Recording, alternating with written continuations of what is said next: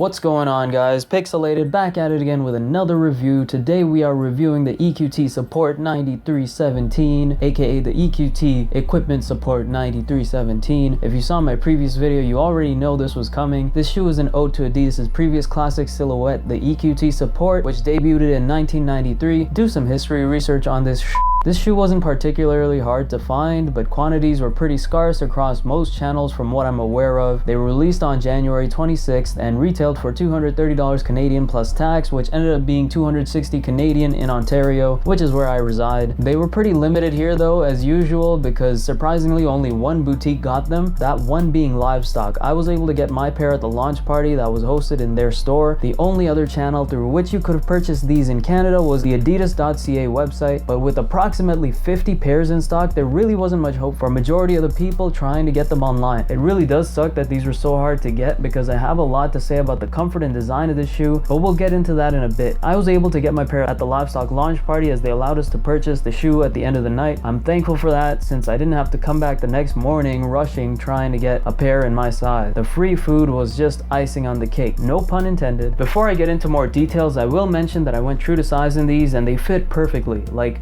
there's no extra room in the toe box and no areas that are too tight or too loose. This is probably the best fitting shoe I've bought from Adidas, right alongside the Yeezy V2s, which isn't something I or anyone else probably says about Adidas sneakers. The one caveat though is that I know if I wear really thick socks, like thicker than wool socks, then it'll most definitely get to that point where my toes start sticking out and be visible through the prime knit, kind of like that monster from Stranger Things when it's stretching through the solid concrete wall and you can see its outline. But thankfully I don't own too many socks that thick.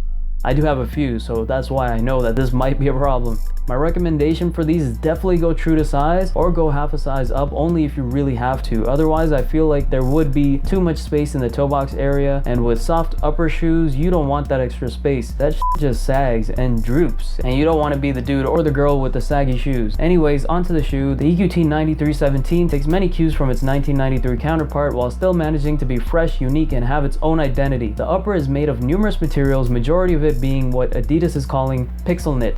I'm not entirely sure why. It must be a differently weaved version of whatever material they use to make prime knit. The material does feel thicker and less cloth-like than regular Ultra Boost or NMD PK, so maybe there's some truth to it. Or maybe it's a clever way to name it based on the Yeezy 350 V1 Pirate Black-esque design on the upper, which is personally my least favorite part of the shoe. We then have this woven mesh / neoprene type material across the side panels of the shoe beneath the 3 stripes that connects to the back heel tab. It is also what the single split tongue wrap is made of. We then have the 2 lace holders that are separated from each other and color blocked on either end of the shoe. Black on the outside, then pink or turbo red flowing from the outer heel to the inside of the shoe. The heel tab is also color blocked with the pure white that matches the inside of the shoe. The inside of the shoe is this soft furry material. I want to say it's suede, but I'm not entirely sure. It feels more like felt than anything, but I've never seen felt on a sneaker before, so I might just be tripping. The lace cage is pretty standard and the shoe comes with flat black laces.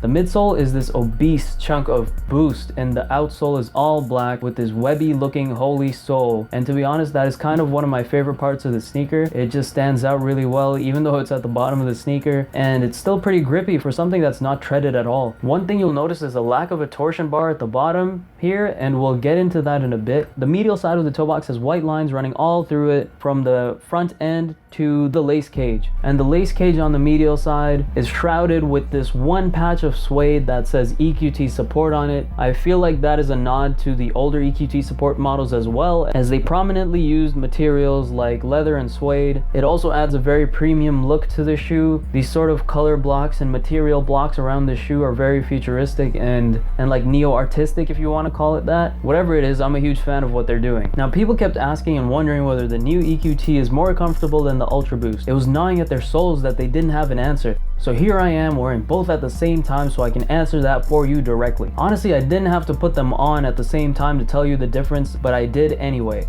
It was like people were so hell-bent on believing when they said there's no way it'll be more comfortable than the Ultra Boost. But why the hell not? It's Adidas. They can make something more comfortable if they want to. So here you can see I put on the reigning champ Ultra Boost to directly compare the two and give you a definitive answer. Almost immediately you can feel the difference. The boost on the EQT is much more encapsulating than the Ultra Boost. There is much more of that cushy feeling you get when stepping in the EQT. If you thought the Ultra Boost was the ultimate, you have yet to wear these, that's for sure. There's also noticeable arch support in the EQT, which you get virtually none of in the Ultra Boost. Like, it's prominently noticeable, probably the first thing I felt as soon as I put them on. I don't know whether to attribute that to the fatter Boost midsole or the Ortholite insole. The upper toe box area is more snug as well, and by snug I don't mean it's too tight, I mean it's like the perfect size. Don't get me wrong, the Ultra Boost toe box is pretty snug as well if you wear the 1.0s, and decently fitting in the rest, granted you get the right size.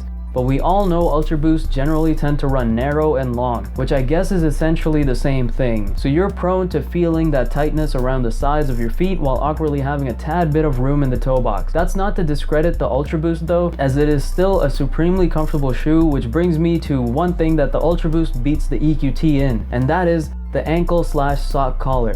I sort of saw this coming when I realized the new EQT 9317 has the exact same tongue wrap style that the old EQTs had. My heel almost always lifts off the footbed in my older EQTs, which is an uncomfortable feeling, which the Ultra Boost never had the problem of. The Ultra Boost ankle collar is probably the best thing to happen to sneakers, period. Aside from, well, Boost technology in general. I will say this though, the new EQT 9317 does a significantly better job at keeping the foot down and snug onto the footbed versus the older EQT models, including the EQT 9316, aka the EQT Boost, which was just the old EQT with the Ultra Boost midsole.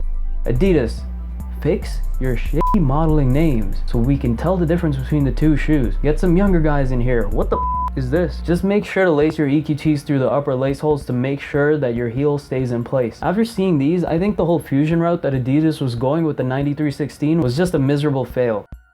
Guess what, guys? The EQTs have been the victim of hypebeast lacing. What y'all thought? I was gonna let the EQTs dodge the hypebeast lacing curse? Not a chance. I want to know what it feels like when I'm wearing shoes that feel like flip-flops. I also do not recommend wearing these shoes like this at all. It doesn't look nor feel good. I think this shoe is a huge win for Adidas design and comfort wise, but I really think they could have done better with the launch. I don't know what it was about the shoe, maybe the stigma behind the EQT branding, that EQT isn't a very coveted silhouette and is like the reseller's worst enemy. It's really odd to see that most people will only feel the need to own a shoe if it resells for some significant amount of money. I mean, it's a godsend for those that actually want the shoe, but not only does it bastardize the rest of the brand's shoe designs, it's kind of a shun to the designers and marketing team when they actually release something worthwhile and it doesn't get the attention that it deserves. My gut tells me that the interest for these will increase over time just because once people realize how comfortable it is and that there can actually be something more comfortable than the Ultra Boost, then they'll flock towards this model. And once better colorways come out, because truthfully I'm not the biggest fan of this current colorway as well. If you know me, predominantly black or white isn't something I'm into, but once more colorways come out, I can see this being the next big Adidas shoe. People just need to adjust to the idea that there's a new sheriff in town that is going to draw on and take the crown from the Ultra Boost. Overall, the shoe is much more comfortable. However, I've had many claim it's a little too bulky of an aesthetic